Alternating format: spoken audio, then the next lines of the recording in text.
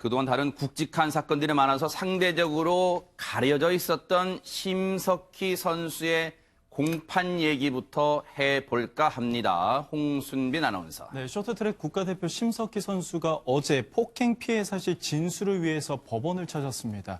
조재범 전 국가대표 코치의 항소심 2차 공판에 증인으로 출석한 건데요. 올해 1월 평창 동계올림픽을 앞두고 심석희 선수가 진천 선수촌에서 이탈했다는 소식이 들려왔었습니다. 네. 당시 알고 보니까 심석희 선수가 훈련 중 코치로부터 폭행을 당해 전치 3주의 상처를 입었다는 사실이 밝혀졌었는데 아하. 이후 조재범 전 쇼트트랙 국가대표 코치가 2011년부터 4명의 선수를 폭행한 혐의로 기소가 됐습니다. 아하. 그리고 올해 9월 1심에서 징역 10월의 실형을 선고받았었는데요. 네. 하지만 이 조 전 코치가 항소해서 지난 11월에 항소심 1차 공판이 열렸었습니다. 아하. 이때까지만 해도 심석희 선수가 이 조재범 전 코치와 마주치는 게 두렵다는 이유로 재판정의 모습을 드러내지 않았었는데 아, 그랬어요? 아하, 그렇습니다. 네. 어제 항소심 2차 공판에 처음으로 심석희 선수가 증인으로 출석을 한 겁니다. 아하. 모습을 드러낸 심석희 선수는요. 처음에 울먹이면서 말문을 네. 쉽게 열지는 못했다고 하는데 세상에. 미리 준비한 메모지를 꺼내 읽어가면서 네. 어렵게 말을 이어갔다고 합니다. 네, 관련해서요, 이 앞서 있었던 조재범 전 코치, 그리고 얘기와 심석희 선수의 지난 2월에 있었던 인터뷰 내용 들어보시고 이어가 보도록 하겠습니다. 상습 폭행한 거 인정하십니까? 무리를 일으켜 죄송합니다. 선수들에게 공식적으로 어떤 입장을 얘기를 안 해주고 계신데 선수들에게 할 말 없습니까? 잘못했습니다. 죄송합니다. 정말 이 올림픽 하나를 위해서 정말 어렸을 때부터 많은 준비를 해왔는데요. 그냥 이 자리까지 잘 살아있어준 저 자신한테도 너무 감사하고. 그런데요, 최단비 변호사님, 사실 평창 동계올림픽 때까지만 해도 많은 분들이 저 정도까지 심할 줄은 아무도 생각 못 하셨을 것 같아요. 몰랐죠. 근데 이것을 어떻게 알게 됐느냐. 네. 기억을 하실 텐데 평창올림픽 개막이 한 달도 남지 않았을 때였습니다. 아하. 1월 중순 때쯤이었는데 그 당시 이제 문재인 대통령께서 1월 17일에 평창올림픽에 출전한 선수들을 이제 격려하기 위해서 그 당시에 진천 선수촌을 방문을 했었어요. 아, 기억나네요. 네. 기억나시죠? 그래서 네. 그 당시에 이 심석희 선수가 여자 쇼트트랙 대표팀 주장이었습니다. 아하. 그리고 여자 쇼트트랙은 굉장히 금메달을 많이 딸 것으로 국민들이 많이 이제 맞죠. 기대하고 그랬죠. 있었던 것이기 때문에 네. 더욱더 이제 국민들의 관심이 집중됐었는데 네. 그런데 그날 문재인 대통령께서 방문했던 날에 심석희 선수가 그 행사에 나오지를 않았던 거예요. 어허. 그러니까 다들 이상하게 생각했죠. 왜냐하면 당연히 대표팀 주장이고 네. 뭐 모든 관심이 집중되어 있는 쇼트트랙인데 왜 나오지 않았을까? 네. 근데 여러 가지 이제 예상들이 있었는데 알고 봤더니 네. 심석희 선수가 그 하루 전날 조전 코치에게 폭행을 당한 뒤에 네. 선수촌을 무단 이탈했던 것으로 밝혀지면서 아하. 이런 폭행들이 일어나고 있었구나라는 것이 알려지게 됐습니다. 네, 김복준 의원님. 예. 선수를 보호해야 할 책무가 있는 코치가 선수를 챙겨주지는 못할 망정 폭행을 가해요? 그것도 저는 지금 조금 전에 인터뷰한 내용 보니까 이런 얘기했네요. 올림픽 하나를 위해서 어릴 적부터 많은 준비를 해왔는데 그냥 이 자리에 잘 살아 있어준 저 자신한테도 너무 감사하다. 세상에. 이 말이 굉장히 좀 충격이었어요. 저는 지금 그 그러니까요. 얘기 들었는데. 네. 저 심석희 선수 같은 경우는 그 평창올림픽 그 직전에 이제 주먹과 발로 무차별 아마 폭행을 당했던 것 같고 네. 그 과정에서 이제 머리에 뇌진탕이 왔었던 모양입니다. 세상에요. 그래서 올림픽 무대에서 의식을 잃고 넘어지기도 했다는 거예요. 아유. 그러면 이 폭행의 정도는 우리가 구태여 얘기하지 않아도 얼마나 심했는지 아하. 미루어 짐작이 가능하지 않겠어요? 네. 그런데 아무리 그 스승과 제자지간이라고 하더라도 네. 운동선수들이 예전부터 좀 과격하게 어떤 그 지도하는 그 어떤 그 관행 같은 건 없지 않았어요. 저도 운동했지만요. 네. 그렇지만 그 맞는 선수, 따끔하게 질책받는 선수 입장에서도 네. 코치가 나한테 행사하는 그 폭행이라면 폭행, 폭언 이런 거를 용인할 수 있는 정도가 있어요. 근데 아마 심석희 선수 같은 경우는 이거는 나한테 잘하라고 때리는 매라고 생각 안 했을 거예요. 아하. 그렇다면 이건 잔인한 폭력의 그 이상도 이하도 아닌 것이죠. 네. 그런데요, 김호인 변호사님, 그러면 심석희 선수는 이 조 코치랑 조 전 코치와 평창 동계 올림픽을 앞두고 처음 알게 된 사이입니까? 어떻습니까? 아닙니다. 8살 때부터 이 조전 코치에게 그 이제 레슨을 받았다고 하는데요. 아, 그래요? 처음 폭행이 시작된 게 초등학교 1학년 때였다고 합니다. 세상에. 초등학교 1학년을 상대로 폭언과 폭행을 일삼았고 네. 심지어 심석희 선수가 초등학교 4학년이 됐을 때는 네. 아이스하키 채로 손가락을 이제 때려서 손가락뼈가 골절됐다고도 해요. 그리고 이제 이 심석희 선수뿐만 아니라 다른 선수들도 이렇게 폭행에 자주 시달려서 선수 생활 그만둔 선수들이 많고 아하. 심석희 선수가 얘기했던 아까 이러다 죽을 수도 있겠다고 생각한 게 정말 살해 위협을 느꼈을 거예요. 아하. 이게 15년이 넘게 폭행을 당한 거거든요. 네. 그러니까 저항을 못하는 상태고 성인이 돼도 어디 얘기할 때도 없었을 거고 네. 이건 단순한 폭행이 아닙니다. 상습적으로 계속 폭행이 이뤄진 거예요. 네. 김동철 교수님, 오죽했으면 세상에 그동안 심석희 선수가 말 못할 고통, 이걸 어디 가서 하소연도 못하고 얼마나 속으로 상처가 골맞을까요? 이러다 죽을 수도 있겠다, 이런 생각도 했답니다. 네. 이 지금 죽을 수도 있겠다.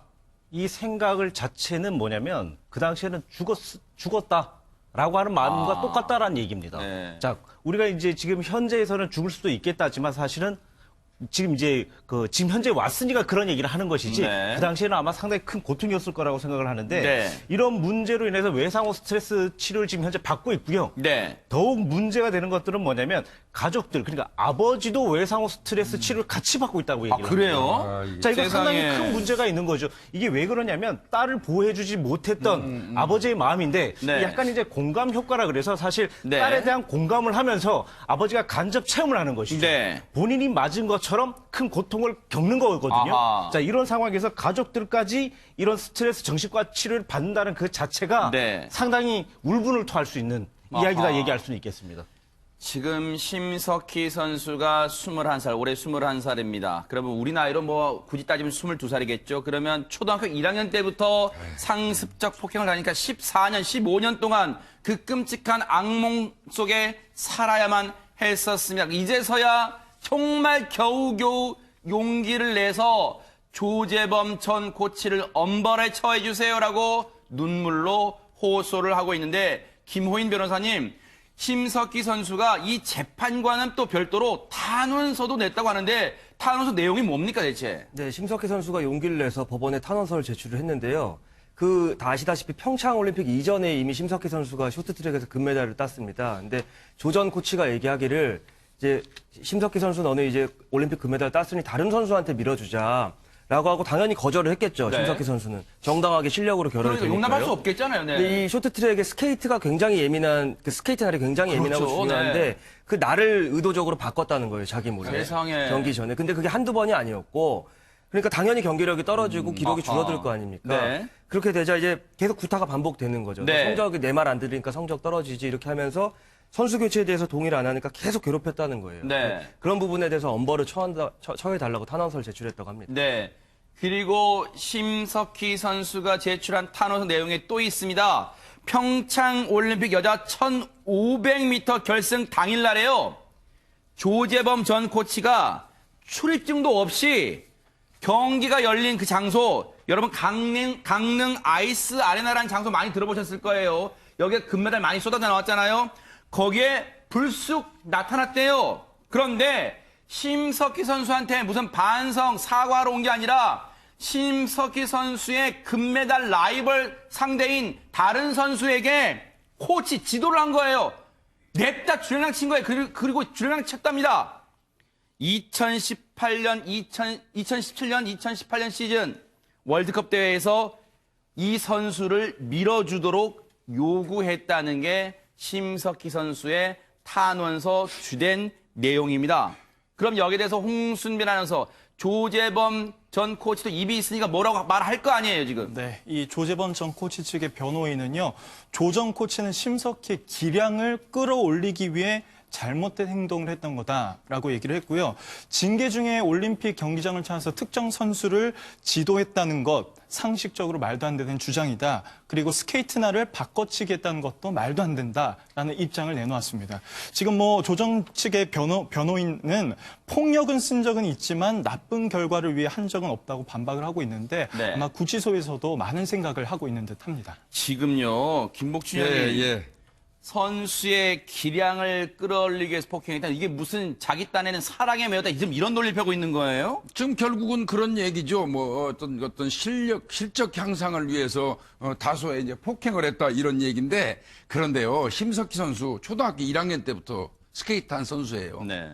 저도 스케이트 탈 줄 압니다만 아하. 나를 갈고 안 갈고 그 차이가 얼마나 이게 치고 나가는 게 걸리지가 않기 때문에 미끄러지기 넘어지기 쉽거든요. 그래요? 아. 심석희 선수가 나를 잘 갈아가지고 관리했는지 안 했는지는 타보면 선수들이 예민하게 금방 느낄 수 있거든요. 네. 그 부분은 저는 폭행도 폭행 뭐 나쁜 거지만 네. 그 부분은 진짜 명백히 좀 가렸으면 좋겠어요. 아하. 실력이 그 심석희 선수가 제대로 타지 못하도록 날 관리를 제대로 일부러 안 해줬다면 네. 이건 오히려 진짜 더 나쁜 행위거든요. 네. 그리고 이제 뭐 몰래 나타나서 지도를 했다고 그러는데 사실 몰래 나타나가지고 지도할 때 심석희 선수 입장에서는 조 코치만 봐도 아마 그 주눅이 들어가고 제대로 맞아요. 실력 심장이 발휘가 안 벌벌 될 거예요. 떨려서 경기가 네. 제대로 됐겠습니까? 그래서 저는 네. 어떤 이 조 코치가 어떤 이익의 카르텔, 네. 이익과 연관된 어떤 문제가 있어서 특정 선수를 밀어주는 과정에서 심석희 선수를 포갑하고 어떤 배제시켰다면 이 부분은 뭐 폭행과는 별도로 철저히 조사해서 네. 드러나면 저 강력 처벌을 해야 될 것 같습니다. 네. 이거 하나 읽어드리고 우리 김동철 교수님 말씀 들어볼게요. 조재범 전 코치가 나름대로 자기 딴에는 사과라고 입장을 냈어요. 뭐냐면 악의적인 마음이 아니었고 이렇게 시작합니다. 기량을 끌어올려주기 위해 택했던 폭행은 이게 말이 됩니까? 기량을 끌어올려주려고 택한 수단이 폭행이래요. 말이 되는 소리를 해야죠. 결코 잘못된 행동인 것을 깨달았다. 이거 문맥도 안 맞아. 결코는 부정적인 거랑 어울리는 건데 결코 잘못된 행동인 것을 깨달았다. 앞으로 심 선수 눈앞에 나타나지 않을 것이며 나로 인해 상처를 받은 가족분들에게도 정말 죄송하다. 왜? 다른 선수들 앞에 나타날 거예요? 지금 심석희 선수 앞에 안 나타나고 김동철 교수님 악의적인 마음이 아니었다고 지금 첫 문장 이렇게 얘기하고 있습니다. 이 악의적인 마음이 아니었다. 이 얘기는 뭐냐면 대의적으로는 본인이 잘못하지 않았다. 이 얘기를 하고 싶은 겁니다. 네. 자, 개인에 대한 심 선수에게는 잘못한 걸 인정을 하지만 네. 빙상에 대한 빙상협회에 관계된 어떤 나라에 대한 어떤 뭐 선전에 대해서는 자기는 본인은 잘못이 없다라고 네. 하는 마음의 기저가 깔려 있는 것입니다. 네. 자, 이런 부분들이 있기 때문에 사실 100% 반성의 의미라고 저희들은 보기는 어렵습니다. 네. 자, 한 사람의 미래, 그러니까 소녀의 꿈을 무너뜨린 상황이잖아요. 그렇죠? 맞아요. 네. 사실 올림픽에 나가서 금메달을 따고 싶은 게 모든 선수의 꿈 아니겠습니까? 네. 자, 그런데 다른 선수들을 밀기 위해서 심 선수에게 그런 행동을 했다. 네. 또 어떤 기량을 끌어올려주기 위해서 폭행을 했다. 네. 이게 뭐 말도 안 되는 얘기죠. 네. 자, 기량을 위해서 폭행을 했다. 이러면 뭐 다들 맞고 기량이 좋아져야겠네요. 그렇죠? 아하. 자, 이런 말도 안 되는 소리이기 때문에 네. 이 부분에 대한 반성은 네. 저는 용납할 수는 없습니다. 초등학교 때부터 시작된 초등학교 1학년 때부터 시작된 폭행이요. 중학생이 돼서는 그 강도가 점점 더 거세졌답니다. 아무도 안 보는 눈에 띄지 않는 밀폐된 공간으로 끌고 가서 무자비한 폭행을 했고요. 이를 못 견딘 다른 선수, 일부 선수들은 선수 생활을 이 사람 때문에 그만둔 선수도 있었다고 심석희 선수는 증언을 하고 있습니다. 그런데 최단비 변호사님, 정말 자기 고향 강릉에서 한번 금메달 꿈을 이루려고 했던 이 심석희 선수의 꿈이 무참히 짓밟혔습니다. 네, 심석희 선수가 올림픽이 꿈이면서 목표였다. 네. 고향의 강릉인데요. 아하. 고향에서 열린 올림픽 경기에서 레이스 중에 의식을 잃고 넘어져서 꿈을 이루지 못했다라고 밝혔어요.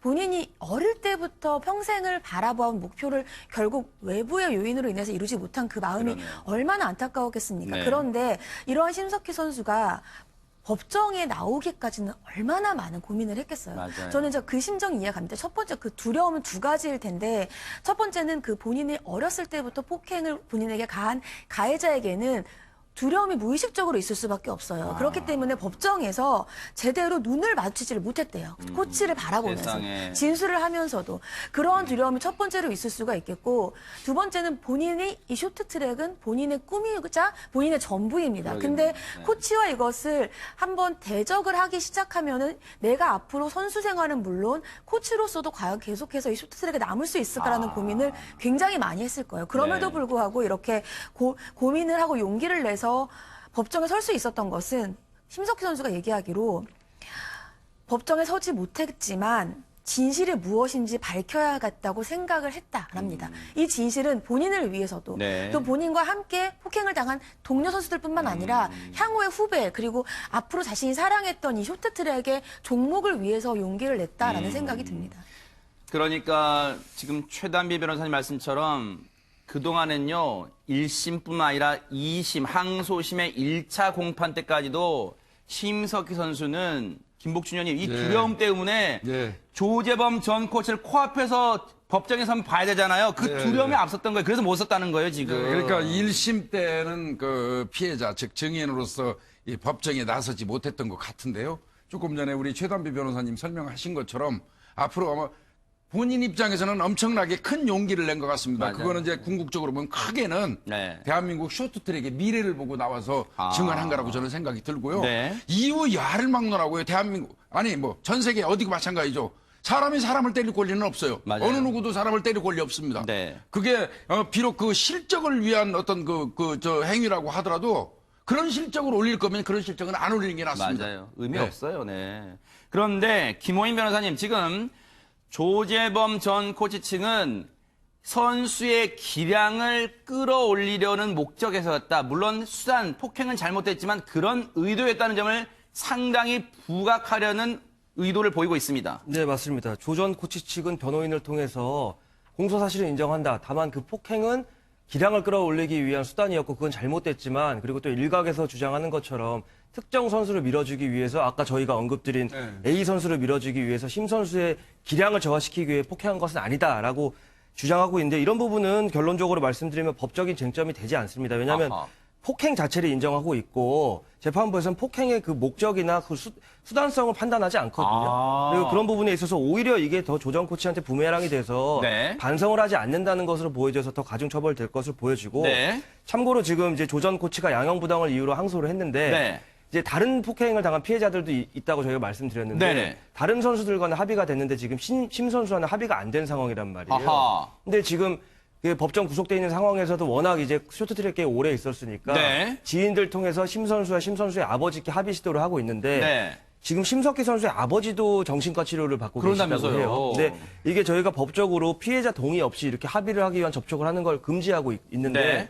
그럼에도 불구하고 물밑에서 이런 시도를 하고 있는 게 정말 반성을 하는지 의문이고, 네. 심전 선수한테 제 조언을 드리자면 계속 이런 시도가 오면 주저하지 마시고 담당 검사나 재판부한테 우리 동의 없이 계속 합의를 하려고 한다는 걸 반드시 알리셔서 아하. 가중처벌을 받을 수 있게, 엄한 처벌 받을 네. 수 있게 해야 될 것 같습니다. 그런데요, 최단비 변호사님, 1심에서 징역 10월에 실형을 선고받았던 조재범 전 코치, 실형에 부당하다고 생각하고 항소를 했고요. 항소심 선고는 내년 1월 14일에 예정되어 있습니다. 어떻게 전망할 수 있을까요? 일단 이제 실형이 나온 것에 대해서 양형 부당을 이유로 항소를 한 것 같아요. 집행유예를 이제 바라고 있는 것 같은데. 네. 근데 일단 피해자가 지금 현재 알려진 바로는 4명이나 있습니다. 물론 그 중에 3명과는 합의를 했지만 거기다가 심석희 선수만 해도 지금 전치 3주이고 폭행이 초등학교 때부터 상당히 장기간 동안 이루어져 왔어요. 그렇기 때문에 징역 10월에 과연 양형이 부당한지 여부는 저는 조금 의문이고, 심석희 선수가 계속해서 합의가 이루어지지 않고 현재와 똑같은 상태로 항소심의 선고를 받는다고 한다면 네.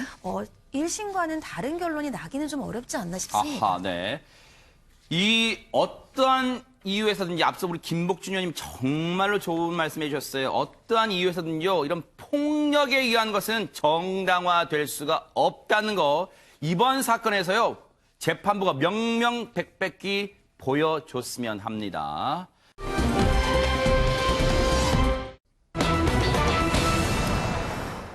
글쎄, 이 사건을요, 참 대하면서요, 참 여러 가지 많은 생각해 하는 그런 사건이었습니다. 최단비 변호사님. 네.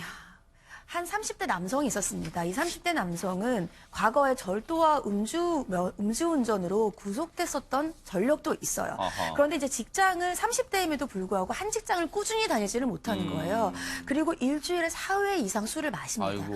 그러니까 어머니 입장에서는 얼마나 속이 상하겠어요. 그쵸. 그러니까 친누나들이 있습니다. 누나들이 이제 사회생활을 잘하고 있어요. 그래서 누나들과 비교를 하면서 남성에게 꾸지람을 자주 했습니다. 아하. 왜 이렇게 매일 사고만 치고 네네. 다니느냐. 그랬더니 이 네. 꾸지람을 받은 남성이 어머니에게 불만을 품고 끔찍한 범행을 저질렀습니다. 아니 근데 생각해 보세요. 다 큰 이제 무슨 미성년자 아니고 20살 갓 넘은 아들도 아니고 30대예요. 그러면 어머니가 아이고 이놈아 내가 니만 보면 속이 터진다. 좀 나이값 좀 하고 좀 제대로 좀 살아봐 누나들처럼 할 수 있잖아요. 최단비 변호사님. 네, 그럼에도 불구하고 어떤 끔찍한 범행을 저질렀느냐. 네. 지난해 12월 29일에 한 오후 5시쯤이었어요. 네. 이날도 어김없이 이 30대 아들이 술에 취한 채 집에 누워서 TV를 보고 있는 아이고. 거예요. 그러니까 어머니가 얼마나 속이 터지겠어요. 네. 뭐라도 좀 해라. 가만히 있지 말고 이렇게 얘기를 하는 거예요. 그랬더니 아들이 아고 잔소리 좀 그만해요. 이렇게 바로 말대꾸를 네. 했습니다. 그러니까 어머니가 화가 나셔서 아들이랑 이렇게 몸싸움을 하시다가 아들 목을 핥히고 뺨을 때렸어요. 아하. 그러면 아들이 좀 반성을 해야 되는데 그 순간에 격분을 참지 못하고 어머니를 폭행을 하고 흉기를 휘둘렀습니다. 아이고. 흉기를 들어서 어머니가 흉기에 찔렸어요. 네. 그 상태에서 어머니는 그러면 어떻게 했을까요?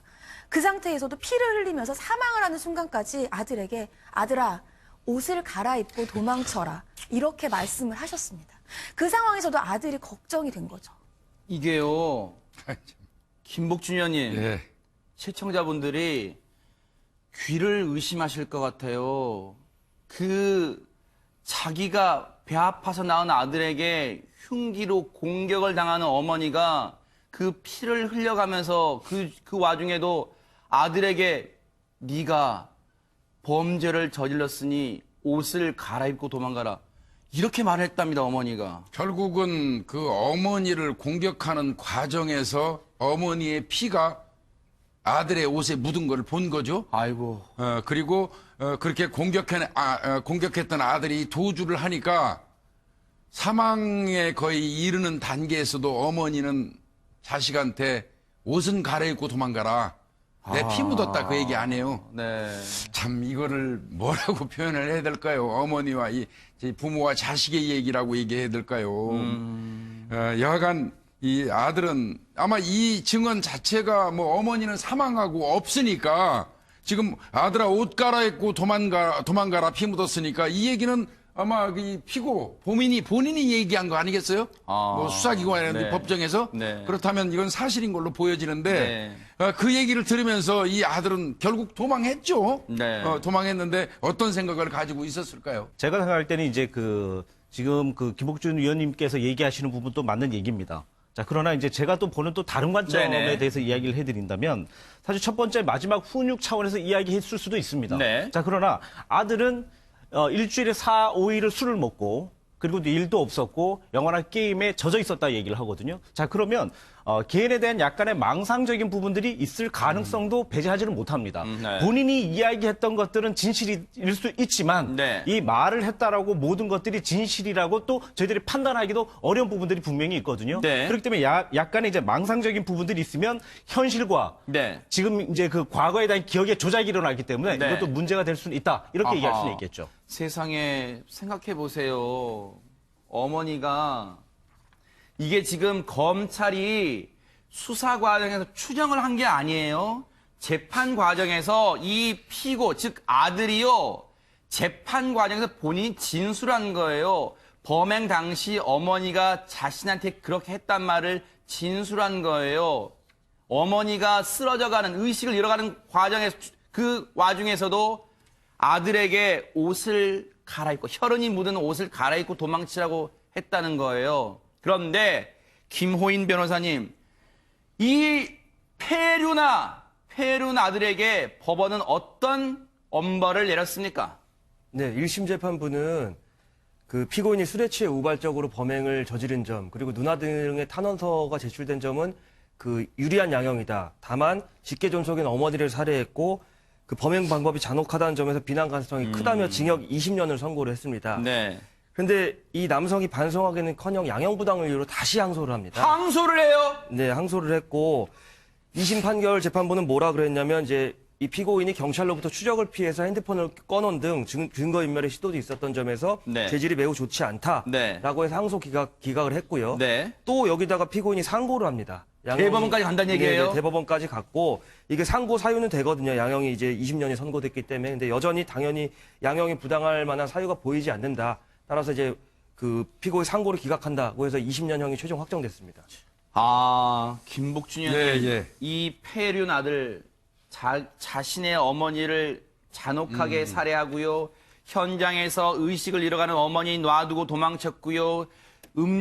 운전면허도 없는 상태에서 차를 몰고 도망쳤고요. 경찰 추적 따돌리려고 휴대전화 버렸고요. 이런데도 항소를 하고 상고를 하고 대체 반성이라고 요만큼도 없는 것 같습니다, 지금. 뭐 손톱만치도 반성이 없는 거죠. 그러니까 항소심에서 그 당시에 나는 술이 취해서 심신미약 혹은 심신상실의 상태에 있었다. 난 그러니까 즉 말하면 나는 맨정신이 아니고 제정신이 아니었으니까 네. 법에서 참작해달라 이렇게 주장을 했던 것 같아요. 네. 그랬다가 이제 어느 정도 시간이 지나니까 이제 그 부분을 또 철회를 했다고 합니다. 아하. 그러더니 다시 이 상고심에서 심신상실을 재주장한다는 거예요. 그러면 이 사람은 결국은 자기 반성은 추호도 없는 걸로 네. 이렇게 인식할 수밖에 없는 것이죠. 세상에. 아니, 최단비 변호사님 마치 이렇게 들려요. 재판을 받으면서 이 사람이 이 폐륜 아들이요.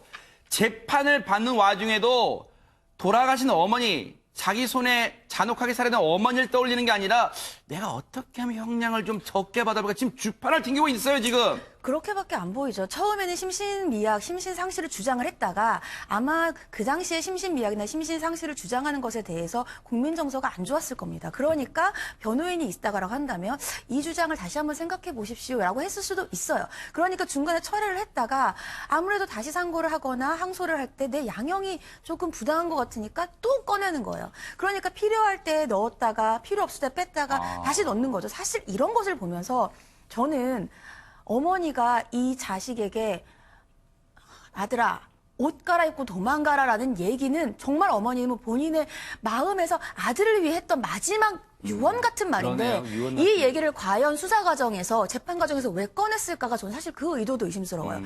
아까 김복준 위원님께서 말씀하신 게 그건 어머니는 진술할 수 없어요. 그 당시는 어머니와 아들 둘밖에 없기 때문에 진술은 분명히 아들 입에서 나왔을 거란 말이죠. 그럼 과연 이 얘기를 왜 했을까? 정말 반성의 차원에서 어머니를 기리며 했을까? 저는 그런 생각도 한번 이 부분은 들었습니다. 조금 추정을 할 수 있어요. 아하, 뭘까요?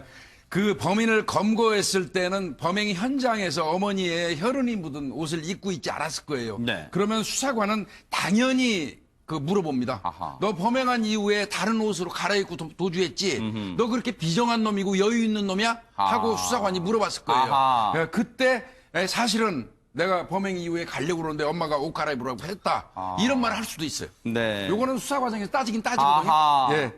그렇게 잔혹한 폐륜 범죄를 저지른 이 남성, 자기 딴에는 양형이 부당하다고 대법원까지 갔습니다만 우리 사법부는 절대 용납하지 않았습니다. 이 사건을 접하고 누리꾼들도 많은 분노를 쏟아내고 있습니다. 홍순빈 아나운서. 그렇습니다. 누리꾼들은 20년도 부족하다, 턱없이 부족하다. 부모님이 낳아주시고 키워주신 것도 평생 효도해야 하는데 그저 눈물이 나네요. 맞아요. 죽어가면서 옷을 갈아입고 도망치라는 말을 했다는 어머니의 모습에 가슴이 아픕니다. 어머니, 제가 대신 사과드립니다. 고생하셨습니다. 편히 쉬세요라는 댓글도 확인해 볼 수 있었습니다. 정말 이 남성, 글쎄요. 교도소에서 반성이나 할 수 있을까요? 이 어머니도 어머니입니다만 이 누나들이 선처해달라고 눈물로 탄원서를 냈다는 거 아니에요? 남동생을 위해서. 이 가족들의 마음을 알기나 압니까? 양형 부당하다고 주판을 튕기고 있는 이 폐륜 아들 알기나 알아요? 정말로 억장이 무너지는 그런 판결이었습니다.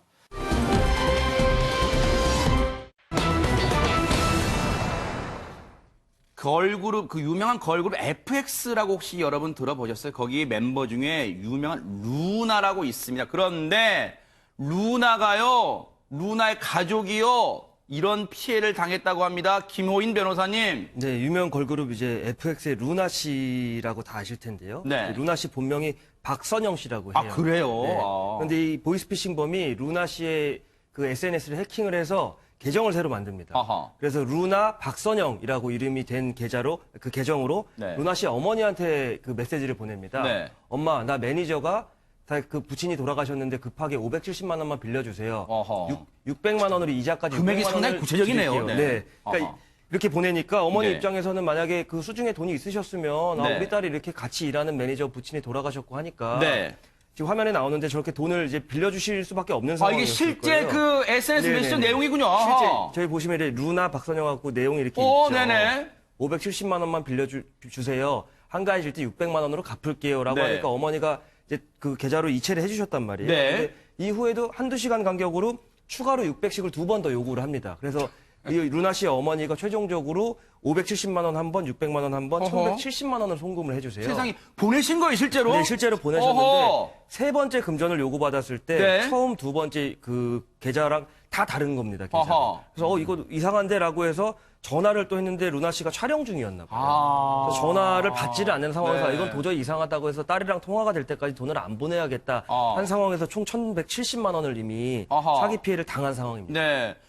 그런데 김복준 의원님 예. 두 차례나 송금했는데 세 번째 또 돈 달라고 했대요. 이 간도 커요, 진짜. 네, 두 번에 걸쳐서 이제 보니까 네.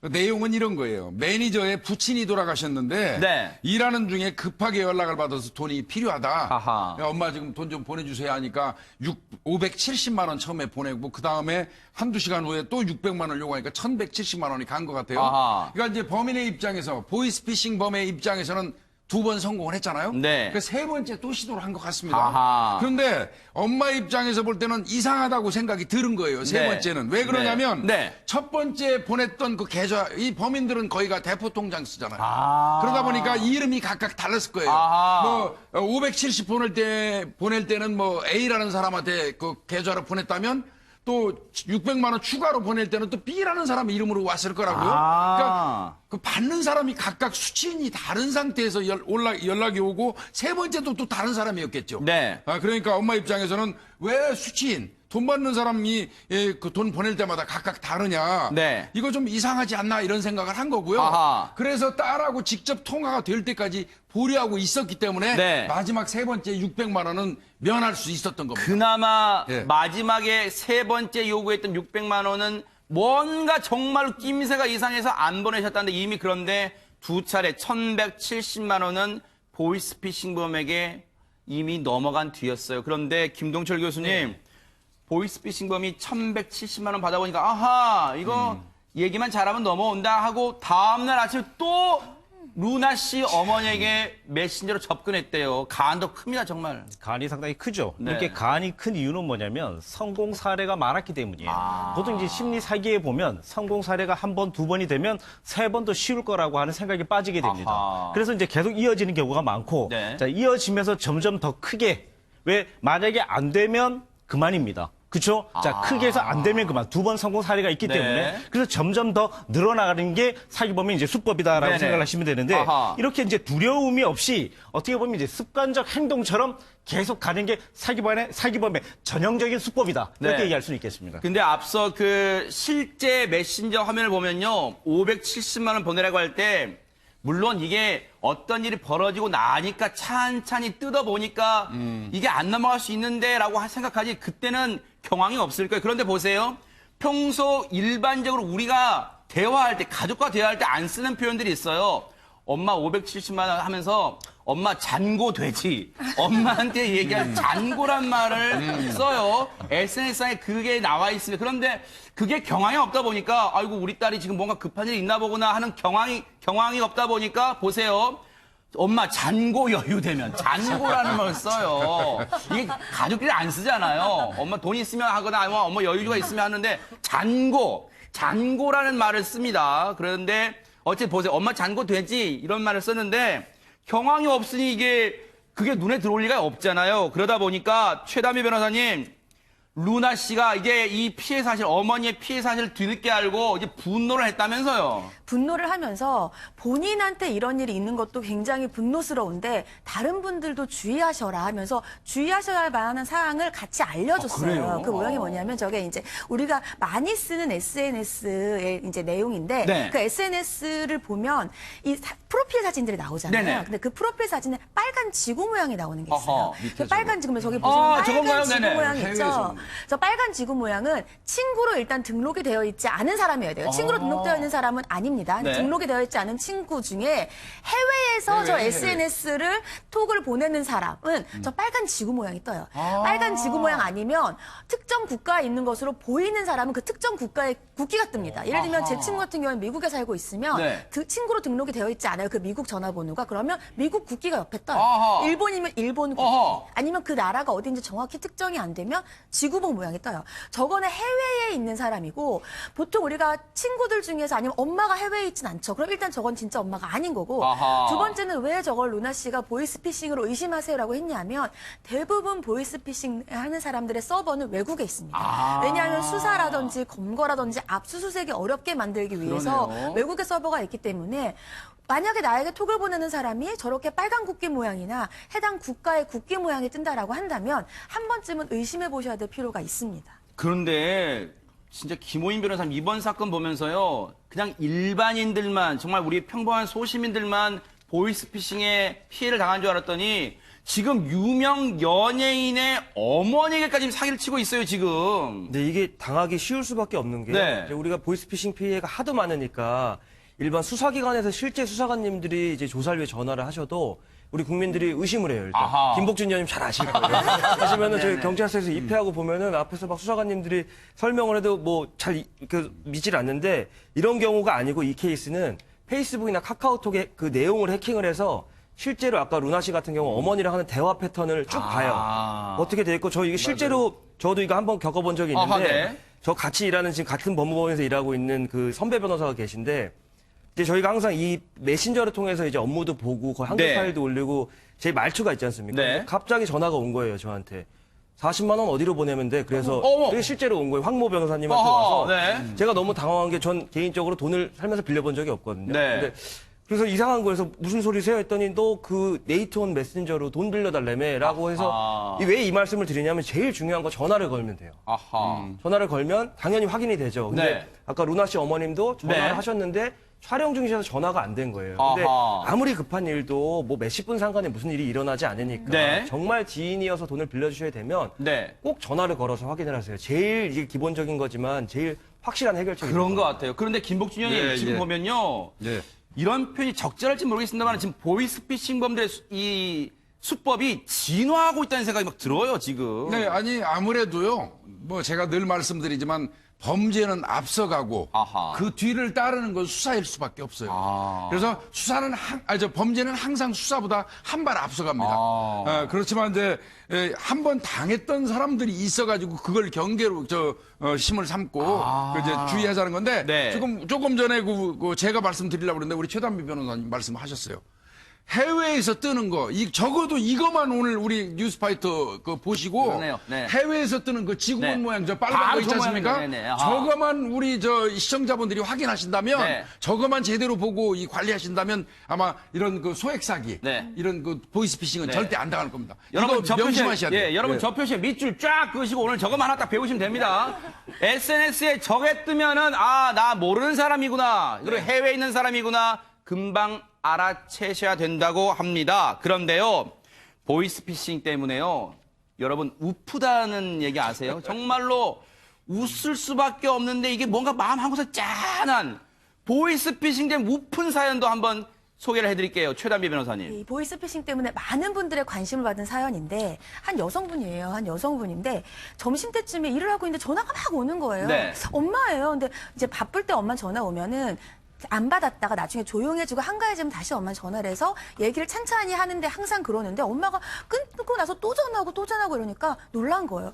집에 무슨 일이 있나? 그래서 받았어요. 네. 엄마 무슨 일이야 했더니 너 아빠한테 돈 보내달라고 SNS 보냈어? 이러니 아니 내가 왜 돈을 보내달라고 그래요? 이렇게 물어봤더니 어허. 네 이름으로 지금 아빠가 휴대폰에 돈을 보내달라는 SNS 문자가 왔는데 어허. 아무래도 보이스피싱인 것 같아. 왜냐하면 아빠는 네 전화번호를 큰 딸이라고 저장을 했는데 그 메신저에는 그냥 실명 딸의 이름으로 오는 거예요. 그리고 이제 얘기를 하는데 우리 상무님이 하면서 상무님 핑계를 대면서 돈을 보내달라고 하는데 이 딸은 회사원이 아니에요. 어허. 그러니까 아빠가 이상한 거예요. 그래서 엄마가 전화해서 물어봤다. 네. 이렇게 한 겁니다. 아니 그러면 뭔가 지금 이 엄마분은 아빠한테 이 얘기를 듣고 야야 너 지금 돈 빌려달라 했어? 라고 전화가 왔어요. 앞서 우리 김호인 변호사님처럼 전화를 먼저 했어요. 잘했어요. 그런데 여기까지 좋았는데 김복준 의원님 이 보이스피싱도 만만치 않았다면서요? 예. 딸 사칭범이 이제 그 이상하다고 이제 얘기를 하니까 네. 뭐가 이상하다는 거야? 그리고 보냈어요. 그러니까 아빠가 네. 전화로 하자. 아하. 그랬더니 또 사칭범이 뭐라고 네. 했냐면 지금 전화가 안 된다고 아하. 고장나서 AS 맡겨놨어. 아하. 이렇게 얘기를 했다는 거예요. 네. 그러니까 이제 나름대로 이 보이스피싱 범들도요. 네. 아까 김호인 변호사님 말씀하신 것처럼 네. 말투라든지 주변 그 사기를 치고자 하는 사람 주변에 있는 그 어떤 친구들 이런 사람들도 동시에 이 그 정보가 유출돼 있어가지고 어느 정도 패턴을 맞춘다는 거죠. 근데 이 경우는 실수한 게요. 네. 이 회사원은 따님분은 회사원이 아닌데 네. 상무라는 직함을 쓴 거죠. 네. 예. 상무님 핑계를 댔습니다. 그런데 온갖 핑계를 대서 지금 보이스피싱범은 지금 아빠를 사칭한 보이스피싱범은 뭔가 지금 돈을 뜯어내려고 하고 있는데 이 상황에서 뭔가 이분이 마음이 뭔가 한 구석이 짠해졌다면서요, 최단민 변호사님. 이 딸이 나중에 아빠한테 아빠 그 문자 서로 주고받는 것 좀 봅시다 해서 봤어요. 그랬더니 우리 아빠가 돈을 안 보낸, 즉 보이스피싱한테 안 속은 이유가 따로 있었던 거예요. 뭘까요? 아빠 이 딸은 아빠가 우리 딸 아까 말씀하신 딸 말투나 이런 것 때문에 내가 아닌 거 알아본 줄 알았는데 처음엔 아빠가 전혀 모르는 거예요. 내용을 봤더니. 세상에. 나중에 뭐라고 되어 있냐면 네. 이 딸 사칭범인 보이스피싱범이 네. 아빠 거래처에 돈 보내줘야 되는데 인증서 오류 때문에 못 보내고 있어. 그러니까 나 좀 98만 원이라도 우선 보내줄 수 없어? 이렇게 했더니 네. 아빠가 대답이 네. 아빠 거진데 정말 돈이 없으셨던 거예요. 이 아버님은 이 딸이 혹시 아이고. 아닐지도 모른다고 의심한 게 아니라 세상에. 딸인 줄은 알았어요. 딸이라고 믿었는데 보내줄 돈이 없었던 세상에. 거예요. 그래서 이 딸이 너무 마음 아파하면서 네. 우리 아빠가 속지 않은 결정적 이유는 입금할 돈이 진짜 없으셨다는 거다. 아이고 웃을 수도 없고 우리 진짜. 엄마가 용돈을 많이 안 주시는 모양이다. 이러면서 굉장히 속상해했습니다. 아이고 진짜 아이고, 야, 진짜 이게. 한마디로 우픈 사이에 지금 아빠가 돈을 보내주고 싶었는데 아빠 거지야. 보낼 아빠 돈이 거지라서 너희 엄마가 아빠 용돈을 짜게 주지 않니 알잖니 막 그런 심정이 녹여 있는 것 같은데 김호인 변호사님 그런데 이 보이스피싱범이요 이 아버지 연락처 이런 거 어떻게 알아냈을까요 그러면? 전화번호를 알아냈다는 거는 거의 100%에 가깝게 포털 사이트 주소록이 이제 해킹된 세상에. 거예요. 근데 이 지금 사연을 보내주신 분도 아이디 도용이 의심된다는 포털 사이트의 안내를 받았습니다라고 하시는데 이게 왜 이렇게 되냐면 제가 꼭 말씀드리고 싶은 게 저희가 보통 포털 사이트 이용할 때 네. 로그인이랑 비밀번호 자동 로그인 많이 해놓거든요. 귀찮으니까. 그래서 바로바로 로그인이 되는데 이게 공공장소 같은 데 가면 와이파이를 사용하면 그게 이제 맞아요. 계속 주파수 IP가 변하기 때문에 그럴 때 이제 해킹을 해서 이제 노출이 돼요. 그래서 제가 아까 말씀드린 제 경우도 네. 제 핸드폰 자체, 그러니까 그 노트북 자체가 그 비번이 도출이 되니까 네. 거기서 그걸 따라서 들어가서 다 치고 네. 들어가는 거거든요. 그래서 네. 제가 드리고 싶은 말씀은 개인 컴퓨터에도 가급적 자동 로그인 안 하시는 게 좋고 특히 공공장소 같은 데 가셔서 절대로 자동 로그인 하시면 안 되고 이게 포털 사이트에서 바로 오거든요. 메신저가. 아하. 근데 보통 분들 잘 모르시면 저도 이게 당한 게 억울해서 찾아서 보니까 제 IP가 중국에서 접속됐다고 나와요. 아하. 해외 알 수 없는 해외 국가 나오니까 네. 이럴 때 반드시 비밀번호를 또 바꾸셔야 됩니다. 그러네요. 맞아요. 절대로 자동 로그인 조심하셔야 돼요. 정말로 중요한 팁을 주셨는데 김동철 교수님 그러면 이 따님은 아이고 아빠 돈 안 보내길 잘했어 하고 이 사건이 그냥 이 해프닝으로 끝난 거예요. 어떻게 됐습니까? 해프닝으로 끝나면 이제 우프지는 않죠. 아 그런가요? 네. 그런데 딸이 생각을 했을 때, 아하. 야, 아빠가 낚이려고 해도 낚일 수 없는 네. 통장이구나. 네. 너무 마음이 안쓰러워서 아하. 100만 원을 입금을 해줬습니다. 세상에. 그래서 아빠가 졸지에 연말에 네. 연말 보너스를 이제 받게 된 것이죠. 아하. 자, 그래 이런 상황들이 되다 보니까 사실 네. 뭐 기분은 좋지만 네. 상당히 좀 우픈 아버지의 통장 마음이 좀 짠합니다. 네. 그러니까 역시 딸은 딸이에요. 그래서 이 딸 키우는 이 부모님이 딸 키우는 재미가 여기에 있다고 생각하시는 것 같아요. 이 딸이요. 아빠 용돈해. 100만 원 띵동. 100만 원이 입금되었습니다. 라고 문자가 온 거예요. 그러니까 아빠가 아이 안 그래도 되는데 내 딸 그랬답니다. 김옥진 의원님. 이 딸 아마 엄청 아빠 엄청 기분 좋을 거예요. 아마 한 10년은 웃고 댕길 것 같은데요. 예, 그렇다고 우리 딸한테 제가 용돈 달라고 절대 아닙니다만은. 네. 근데 이제 보니까요, 이 사모님이 아빠 통제를 잘한 것 같아요. 아하. 그러니까 이 범인도 그런 얘기 하네요. 아빠 돈 없다, 딸한테. 그러니까 이 사칭범이 아빠 엄마한테 전화 좀 해봐. 그러니까 엄마가 돈 나오는 이 전원 금원이라는 거 아나 봐요. 그러니까요. 그러니까 아빠가 이제 그 순간 어떤 생각했냐면 그 전화기가 좀 달랐잖아요. 네. 그 이름이. 너 전화기 훔쳤냐?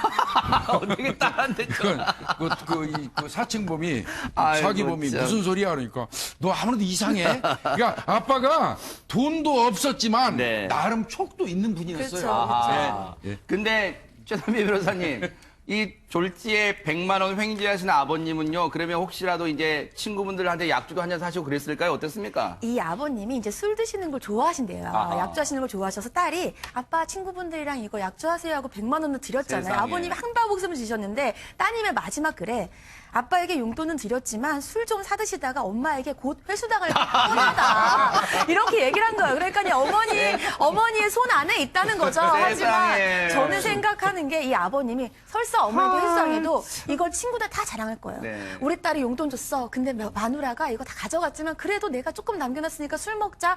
얼마나 친구들한테 이 자랑을 하시겠습니까? 그러면 뺏기더라도 그러네요. 일단 딸한테는 100만 원 받은 거예요. 이 모습이 전국에 계신 이 아버님들 자화상 아닌가 이런 생각도 해보는데 이 부녀의 처음에 보이스피싱 얘기하니까 덜컥 겁이 나는데 훈훈하게 마무리가 되는데요. 혹시 이 사연을 듣고 어떤 의견들을 보내고 계실까요? 홍순빈 아나운서. 네, 누리꾼들 뜻밖의 사건으로 아버지에게 효도했다.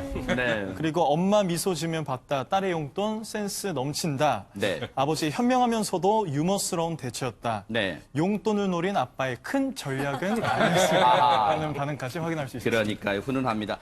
마지막으로요, 최단미 변호사님이 앞서 우리 SNS에 빨간색 뜨는 거 그거 다시 한 번만 네. 시청자분들을 위해서 경각심을 주시는 차원에서 다시 한 번만 설명해 주세요. 어떻게 되면 보이스피싱 의심하게 돼야 되는지 한번 설명 좀 해주세요. 네, 저 사진을 서로 이제 대화를 주고받다 보면 옆에 사람 얼굴이 뜨잖아요. 그걸 프로필이라고 하는데 그 프로필에 보시면 밑에 빨간색 지구본이 뜹니다. 빨간색 이게 지구 잠시 모양. 요거만 설명드릴게요. 이게요, 이건 화면이 독일이죠. 독일. 조금 전에 아빠와 딸이 나눈 그 SNS 대화에도 지금 이 국기가 뜹니다, 지금. 아하. 저건 독일이에요. 독일 그러니까 국기예요. 두 가지 아하. 하나는 이 빨간색 지구본 모양이나 상대방 국기가 뜬다는 이유는 이게 독일 국가였잖아요. 독일 네. 국기네네. 그거는 요거는 이제 친구가 지금- 아니라는 거예요. 아하. 그러니까 일단 상대방이 나를 친구로 등록하지 않은 상대방 전화기에 내 전화번호가 저장되지 않았다는 네. 것이고요. 두 번째는 해외에 있다는 거예요. 저기 아하. 빨간색 지구본 모양은 특정 국가를 아직 모르는 서버에서 네. 모르는 것이고요. 보시면 독일 국기면 저 서버는 독일에 독일에 있다는 있다. 거예요. 아하.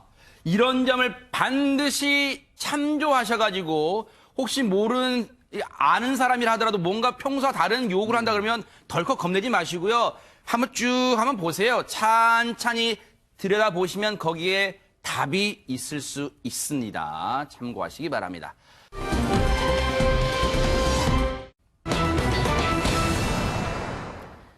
식당에서요, 정말 순식간에 이런 일이 벌어졌는데요. 과연 슈퍼맨은 어디에 있었을까요? 홍수민 아나운서. 네, 바로 이 식당에서 저녁 시간에 갑자기 다급한 목소리가 울려 퍼지는데 어떤 일이 있었는지 영상 보면서 설명해 드리도록 하겠습니다. 네, 식당에 있던 7살 아이가요, 지금요, 갑자기 의식을 잃고 쓰러집니다. 옆에 부모님의 모습에는 당황한 기색이 역력한데요. 목에 음식물이 걸린 건 아닐까 이렇게 입 안을 확인해 보는데 네네. 세상에. 손가락을 넣어봐도 아이가 의식을 차리지 못하고 네, 있는 아버지 막 겁니다. 119 전화하신 것 같은데, 네네네. 이 말씀하세요. 위기의 순간 네. 갑자기 옆에서 검은색 점퍼를 입은 남성이 나타나요. 어허. 이 남성이 보인 행동은 이랬습니다. 하임리법. 남성이요. 하임리법 잠깐 실행을 하다가요. 아하. 심폐소생술로 이어갑니다. 네. 구급대원이 올 때까지 이어갔다고요. 그 아이고. 덕분에 구급대원이 도착하기 전에 저 아이가 어느 정도 의식을 차릴 수 있었다고 합니다. 네. CCTV 상으로 확인된 모습은 여기까지지만 아하. 저 검은색 점퍼를 입은 남성의 발빠른 대처는 네. 저게 다가 아니었다고 하네요. 조금 전에 이제 마지막 부분에 119 대원들이 이제 뒤늦게 왔어요. 물론 최대한 빨리 오신 거겠죠. 신고하자마자 오셨겠죠. 그런데 그 119 대원분들 오시까지 1분 1초가 엄청나게 중요한 순간이잖아요. 그분이 뭔가 같이 식당에 계셨던 분이 응급처치를 하셨는데 일단 당시에 식당 주인 사장님과 그리고 관련자, 구급대원 관련 관계자분의 얘기 들어보시고 이어가 보도록 하겠습니다. 갑자기 의자에 앉아있다가 혼자 쓰러졌거든요. 다 일어서서 그쪽으로 다 바로 옆자리에 있던 분들이 도와주셨고 심장비 추정으로 신고 들어왔고요. 현장 도착했을 때는 아이가 의식이 돌아왔고. 근데 김동철 교수님 앞서 지금 응급처치가 이루어졌다고는 했는데 화면이 흐려서 그런지 몰라도 정확히 어떻게 했는지는 지금 잘 모르겠어요. 어떻게 했다는 거예요, 응급처치를? 하임리히 요법이라고 얘기를 해서 그 영유아 아이들이 사실 음식물을 먹다가 기도에 걸리는 사례가 상당히 많습니다. 아하. 특히 식당에서 그런 일들이 많아서 네. 엄마들이 이런 요법을 사용하는 경우들도 있고 네. 저런 이제 그 공공장소에서 일어나는 일들이 많은데 주먹을 쥐고 뒤에서 아이의 배를 위로 치켜 세웁니다. 아, 뒤에서요? 예, 뒤에서. 아. 예, 계속 이렇게 치켜 세우면 지식 상태에 빠져 있는 아이들이 의식을 돌아오는 경우들이 있거든요. 아. 그 이후에 이제 심폐소생술을 했잖아요. 네. 상당히 잘한 어떤 처방법이다, 처치법이다 아하. 이렇게 얘기할 수 있겠죠. 지금 김동철 교수님 말씀 들어보니까 제가 영화에서 봤던 기억이 나는 게 아이가 사탕을 먹다가 사탕이 기도에 막혔는데 뒤에서 이렇게 팍 하니까 사탕이 폭 튀어나오더라고요, 김복준 의원님. 그 네. 우리 여기서도 한번 했잖아요. 아하, 네. 하임리. 하임리, 아하, 네. 잡은 상태에서 주먹을 쥐어가지고 밑에서부터 위로 이렇게 올려줘. 아, 이렇게요, 네네, 아하. 그래서 이제 근데 이 경우는 보니까 이게 교육을 받은 사람이에요. 그 도움을 준 사람이. 네. 강동경찰서 소속 이병삼 경위입니다. 현직 경찰이세요? 네, 현직 경찰이 어허. 아마 아내하고 둘이서 이거 쉬는 날 이제 휴무 날 식사하다가 예. 저 위험한 순간을 이제 보고 가가지고 네. 하임리 이제 처음에는 아마 기도에 아이가 뭘 먹다가 걸린 거로 판단한 것 같아요. 아하. 그러니까 이제 하임리법을 써가지고 이 뒤에서 끌어안고 주먹으로 위로 올려준 건데 네. 그런데 친전이 없으니까 아마 기도를 다시 확인했나 봐요. 그러니까 목구멍 부분에 뭐 걸린 게 없었거든요. 아. 그렇다면 이거는 하임리법으로 할 게 아니잖아요. 아하. 그러니까 이제 눕혀놓고 가슴을 압박하는 심폐소생술을 아. 실시했던 것 같습니다. 네. 예. 세상에 얼마나 저 순간에 부모님들은 사색이 됐을까요? 얼마나 손이 벌벌 떨리셨겠어요. 그런데 최단비 변호사님, 이병삼 경위님만 아니라 도움을 주신 분이 또 계셨다면서요, 현장에? 네, 맞습니다. 이 경찰은 본인만 경찰이 아니신가 봐요. 이병삼 경위의 아내 되시는 분이 강동보건소 직원이시래요. 네, 아하. 성함도 말씀드리겠습니다. 김진희 씨. 네. 김진희 씨가 또 보건소 직원이시니까 또 거기에 대한 정보도 많으시겠죠. 지식도 그러네요. 많으시고. 그래서 그 옆자리에서 119 신고도 돕고 아이 호흡이랑 맥박도 계속 체크하면서 이제 119 대원들이 오시기 전까지 남편분과 함께 아이를 도왔다고 합니다. 세상에 이렇게 찰떡궁합, 이게 부창부수란 말이 이럴 때 응급처치, 뭔가 사람의 소중한 생명을 구할 때도 부창부수가 정말 이루어졌습니다. 관련해서요, 우리가 또 이병삼 경위님 얘기 안 들어볼 수가 없죠. 얘기 들어보시고 이어가 보도록 하겠습니다.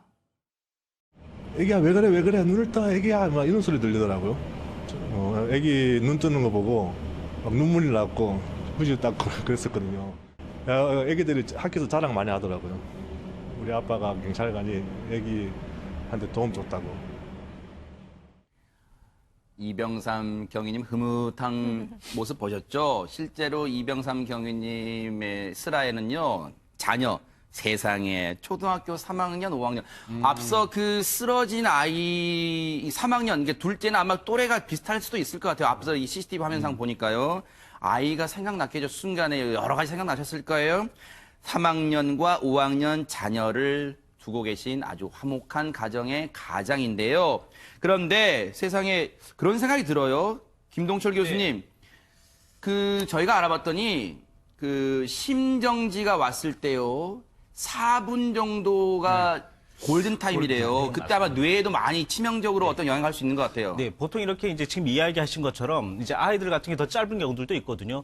3분 이내에도 아이들 같은 경우는 그럴 수는 있습니다. 네. 자, 그렇기 때문에 이게 사실 빠른 처치 때문에 아이의 목숨을 구한 겁니다. 네. 제가 봤을 때는 사실은 저희들 뭐 슈퍼맨이라는 얘기를 많이 하잖아요. 아빠는 슈퍼맨이다. 뭐 네. 모든 걸 다 잘하기를 원하기도 하고. 네. 자, 그런데 이렇게 숨어 있는 슈퍼맨. 네. 자, 그리고 실제로 아빠는 슈퍼맨이었던 거죠.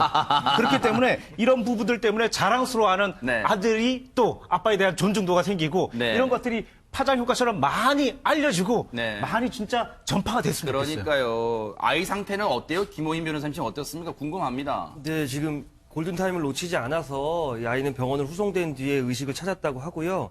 이 아이 아버지께서는 다음날 이병삼 경위님께 전화하셔서 정말 감사하다고 목숨의 은인이라고 감사 인사를 올렸다고 합니다. 그러니까요. 세상에 그 아마 저 119 구급대원분들도 이 아이를 이송해 가면서 병원으로 이송해 가면서 그래도 응급처치가 잘 돼서 일단은 다행히 아이가 좀 이 상태가 좋습니다. 아마 그 말을 했을지도 모르겠어요. 김복준 의원님. 근데 이 정말로 초동 조치가 정말로 중요하다는 그런 생각을 해봅니다. 그래서 요즘에 이제 최근에 그 버스 기사분들이 그 승객들 살리는 거 많이 나와요. 많이 나왔죠. 네. 그게 이제 그 이유가 뭐냐면 이제 버스 공제조합이라든지 이런 데서 자체적으로 그 심폐소생술이나 이런 걸 가르치나 봐요. 그런가요? 그게 이제 이렇게 파급 효과를 일으키고 있거든요. 네네. 그러니까 일반 우리 그 국민분들께서도 네. 어떤 순간에 어떤 일이 닥칠지 모르니까 네. 요거 제가 물어봤었어요. 이거 교육을 좀 받으려 하면 네. 어느 선까지 가능할까요? 하고 그 119 쪽에다 물어봤더니 네. 오면은 어느 정도의 응급처치 정도는 가르쳐 줄 수 아하, 있다고 그러거든요. 네. 그래서 자기 살고 있는 그 근처에 네. 119 구급대 같은 데 가서 아하. 좀 그 간단한 심폐소생술 요령 같은 거는 네. 배우면은 가르쳐 준다고 합니다. 그러니까요. 좀 많이 알았으면 좋겠어요. 네. 예. 이게 마음만 갖고 계신 분요. 항상 실천이 중요합니다. 지금 뉴스파이터 꼭 다 보신 다음에요. 집 밖에 있는 소방사, 가까운 소방사만 방문하시면 친절하게 가르쳐 주신대요. 그러면 지금 김호인 변호사님, 이병삼 경위님은 그러면 혹시 막 이 경찰서에서 와 스타 됐다 스타 막 이렇게 붕붕 띄워주나요? 어떻습니까? 아닙니다. 네. 아까 인터뷰 보신 것처럼 정말 차분하게 네. 아무 일 없는 듯이 일상으로 돌아와서 본업에 열심히 하고 있다. 앞으로도 시민들께 위기가 생기면 근무 중이든 근무 중이 아니든지 간에 열과 성을 다해 도와드리겠다고 그러니까요. 하셨다고 합니다. 이 슈퍼맨 역할을 했던 이 이병삼 경위가 아마 아이들을 위해서 슈퍼마켓 갈지도 몰라요. 네, 그런데 이 훈훈한 사연을 접한 네티즌분들 어떤 의견들을 내셨을까요? 도움받을 수 있었던 건 천운이었다. 튼튼하게 잘 자라길 네. 바란다. 한 집안을 살렸습니다. 훌륭하십니다. 그러니까요. 제 아이도 5살이다 보니 가슴이 떨리네. 두 부부의 활약이 대단합니다. 옆 테이블에 안 계셨다면 생각만 해도 맞아요, 아찔하네요. 진짜로. 라는 반응 확인할 수 있었습니다. 그러니까요. 이 아이는요, 이 도움을 받은 아이는 정말로 제가 장담컨대 훌륭한 아이가 될 거라고 믿어 의심치 않습니다. 이병삼 경위님 그리고 김진희 씨, 아내분 김진희 씨 정말로 수고하셨습니다. 고맙습니다.